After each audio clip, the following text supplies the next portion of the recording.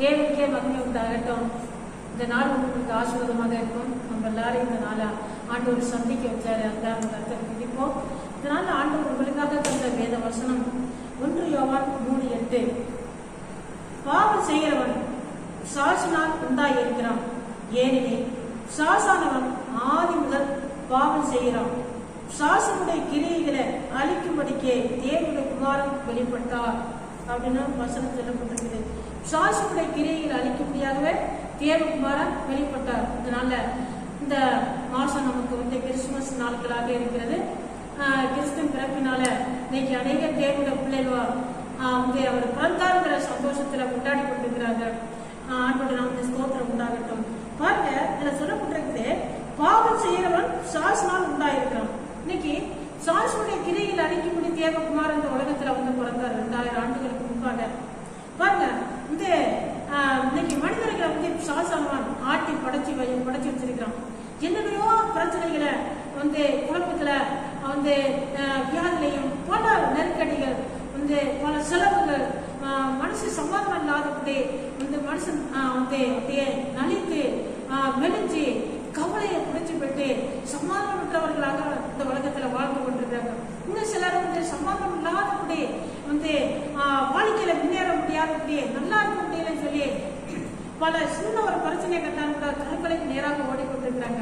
இப்படி மனுஷனை கெடுத்து வேதனைப்படுத்தி இருக்கிற அந்த சாசுடைய கிரியைகள் அழிக்கும்படிதான் இயேசுவானவர் இந்த உலகத்துல பிறந்தார்.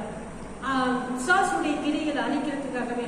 இப்ப மனுஷனை காப்பாத்துறதுக்கு இயேசுவானவர் மட்டும்தான் முடியும். இப்ப மனுஷன் என்ன இதுக்கு பதிலாக இயேசு கிட்ட வந்தா தன்னை காப்பாத்திக்க முடியும், நல்லா இருக்க முடியும். இதுக்கு பதிலாக உலகத்துல என்னத்தையே தேடி கொண்டு எங்கெங்கே ஓடிக்கொண்டிருக்கிறான். மலையை பார்த்து ஓடணும், மலையை பார்த்து நீதான் என்ன காப்பாத்துக்கிறான். ஏதாவது சிலையை பார்த்தா நீதான் என்ன காப்பாத்துக்கிறான். மந்திரவாதியை பார்த்தா நீதான் என்ன காப்பாத்துக்கிறான். குறிகாரனை பார்த்து எனக்கு சமாதானமான வார்த்தை ஏதாவது சொல்லுவான்னு சொல்லி ஓடிக்கொண்டிருக்கிறான். ஆனா இதனால மனுஷனுக்கு எந்த வகையில ஒரு புண்ணியமும் கிடையாது, சமாதானம் கிடைச்ச பாடு இல்ல, நல்லாவும் இருந்த பாடு கிடையாது. ஆனா ஒவ்வொருத்தருமே ஏசாப்பா காப்பாத்துறதுக்கு தான் மனுஷன் நல்லா இருக்கிறதுக்கு தான் இந்த உலகத்துல இயேசுவானவர் பிறந்தார். நீங்க கூட அந்த ஆண்டவரை ஏற்றுக்கொண்டீங்கன்னா, அந்த ஆண்டவரை நம்பினா ஏசாப்பா உங்களையும் வாழ வைப்பார், உங்களை நல்லா வைப்பார், உங்களை ஆசீர்வாதமா வைப்பார். இந்த நாள் உங்களுக்கு ஆசீர்வாதமாக இருக்க இந்த மாசத்தை நீங்க ஏசாப்பா நினைக்கிற மாசமாக நல்லா இருக்கிறதுக்காக இந்த நாள் நான் உங்களுக்கு ஜெபம் பண்றேன். பரிசுத்தம் நல்ல பிதாவே தோத்திரம் நன்றி ஏசாப்பா. ஆண்டவரே தோத்திரம் இந்த வார்த்தையை கேட்ட பிள்ளைகள் ஒவ்வொருத்தரையும் தனித்தனியாக பேர்பெறா நீங்க தொட்டு ஆசீர்வாதம் தகப்பனே. சாசி கிரிகள் அழிக்கும்படி தேவகுமார் வெளிப்பட்டான் வசம் சொல்லியிருக்கிறதப்பா. ஏசாப்பா சாசானவன் ஆண்டவரே மனிதர்களை எந்தெந்த வகையில எப்படிலாம் ஆண்டவரை வேதனைப்படுத்த முடியுமோ, குழப்ப முடியுமோ, ஆண்டவரை சமாளித்து எடுக்க முடியுமோ, ஆண்டவரை அப்படிலாம் போராடி கொண்டிருக்கிறாப்பா. மனித குலத்தை அழித்து கொண்டிருக்கிறாங்கப்பா. ஏசாப்பா தோத்திரம் அவர்களை ஆண்டவரே தோத்திரம் மனிதர்களை காப்பாற்றுறதுக்காகவே இந்த உலகத்துக்கு தகப்பனே.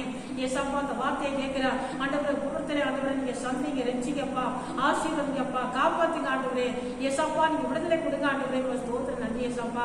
இதனால பிறந்த நாளை சந்திக்கிறவர்கள், திருமண நாளை சந்திக்கிற எல்லாரையும் தேவன் ஆசீர்வதிங்க ஆண்டவரே. ஸ்தோத்திரம் அவர்களுக்கு இந்த வருஷம் ஆசீர்வாதமா இருக்க உதவி செய்ய தகப்பனே. ஸ்தோத்திரம் நன்றி ஏசாப்பா. ஸ்தோத்திரம் தோத்திர ஏசாப்பா.